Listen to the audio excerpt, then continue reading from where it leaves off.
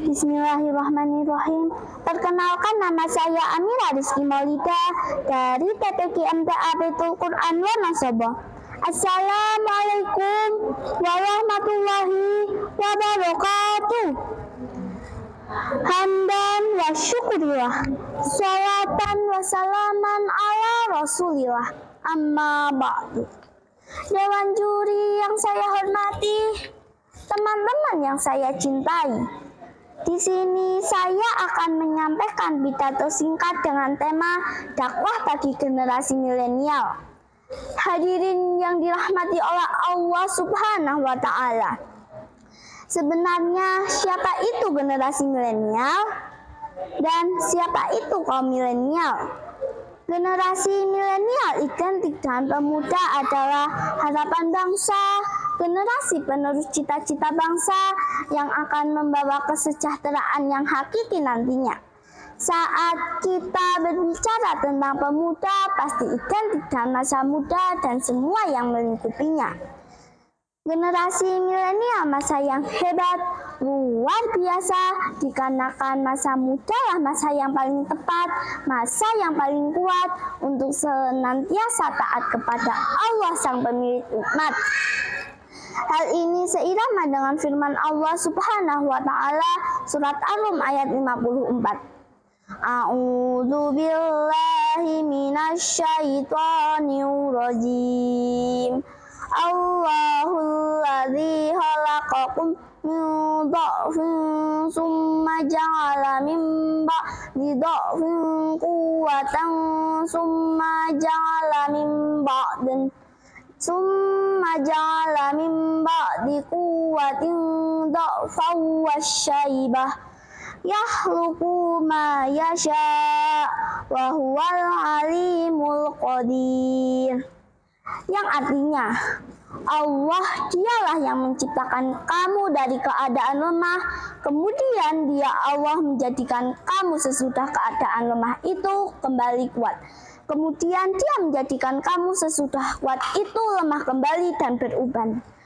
Dia menciptakan apa yang dikehendakinya dan Dia Allah yang maha mengetahui lagi maha kuasa. Syekh Abu Afidah Ibnu Umar Ibnu Katsir menyatakan dalam kitabnya Tafsir Ibnu Katsir bahwa yang dimaksud dengan keadaan kuat setelah lemah adalah saban wa huwal quwwatu ba'da dha'fi, bahwa masa muda adalah masa yang penuh kekuatan setelah sebelumnya berada pada masa kelemahan. Hadirin yang berbahagia, masa muda adalah salah satu nikmat dari Allah Subhanahu wa Ta'ala, di mana kita sebagai pemuda dianugerahi bentuk fisik yang kuat, mata melihat dengan tepat, tangan dapat mengangkat benda yang berat, kaki masih bisa berlari dengan cepat, wajah tampan atau cantik mengikat. Maka sudah semestinya kita gunakan nikmat agung ini untuk selalu taat kepada Allah yang maha hebat. Sab'atun yudhillahumullahu fi dhillihi yaumal la dhilla illa dhillah wassabtanassa'a fi ibadatir rabbi. Ada 7 golongan manusia yang akan dinaungi oleh Allah dalam naungan atau arsinya pada hari yang tidak ada naungan sama sekali kecuali naungannya, dan seorang pemuda yang tumbuh dalam ibadah atau ketaatan kepada Allah. Hadis riwayat Al-Bukhari nomor 1357 dan Muslim nomor 1031. Tapi sayangnya di era milenial ini, di saat seluruh informasi bisa digali dengan praktis, foto di sana, foto di sini dengan gaya narsis. Kalau lagi kumpul dengan teman-teman, subhanallah keren abis. Tapi sadar atau tidak, seiring berjalannya waktu, akhlak dan keilmuan semakin terkikis. Terkikis sedikit demi sedikit hingga habis. Na'udzubillahi min dzalik. Ketahuilah wahai pemuda Indonesia, tidak hanya tersusun dari sebatas peta, tapi juga tidak lepas dari gerak dan peran besar kaum muda. Sejarah Indonesia adalah sejarah anak muda. Coba kita lihat dari peristiwa yang signifikan bagi tanah air Indonesia. Hampir seluruhnya didominasi oleh anak muda.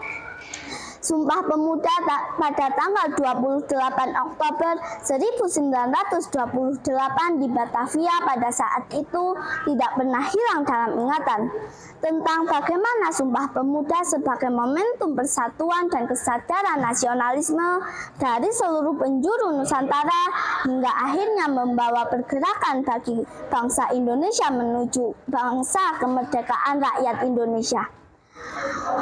Peristiwa yang tak kalah besarnya yaitu peristiwa Rengas Dengklok adalah ketika anak muda mendesak dan meminta Bung Karno untuk segera memproklamirkan kemerdekaan. Hingga keesokan harinya pada tanggal 17 Agustus 1945, Insinyur Soekarno sebagai Presiden Republik Indonesia memproklamasikan kemerdekaan Indonesia. Dua peristiwa yang tidak akan terlupakan ini saya sampaikan dalam rangka mengingat kepada diri saya sendiri dan seluruh kaula muda yang ada di sini untuk kembali sadar siapakah pemuda itu dan siapakah yang sebenarnya menjadi dalang dibalik peristiwa 76 tahun yang lalu dan siapakah diri kita sebenarnya. Hadirin yang dirahmati oleh Allah Subhanahu wa Ta'ala. Pemuda itu harapan bangsa, generasi macan Asia. Indonesia menunggu kita untuk mendunia, bukan menunggu kita untuk putus asa. Jangan menjadi anak muda yang labil, banyak maunya tapi hasilnya nihil. Jadilah anak muda yang terampil, haus untuk belajar dan upgrading knowledge and skill. Ketahuilah hanya kita generasi yang masih punya stok energi dan waktu untuk gagal dan mencoba lagi berulang-ulang kali hingga akhirnya menemukan keberhasilan dan kesuksesan yang diimpikan di masa yang akan datang. Bekali diri kita dengan ilmu, bekali diri kita dengan takwa. Karena sesungguhnya kehidupan seorang pemuda itu hanya dengan ilmu dan takwa.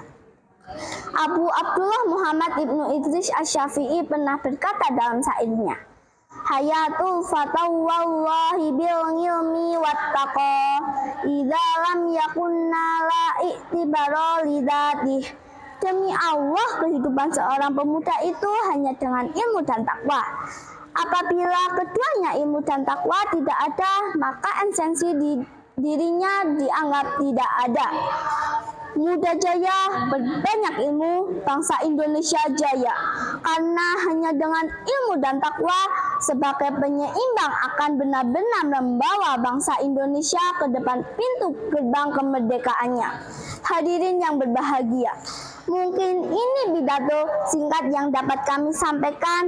Mohon maaf atas segala salah dan hilaf. Billahi taufiq wal hidayah. Wassalamualaikum warahmatullahi wabarakatuh.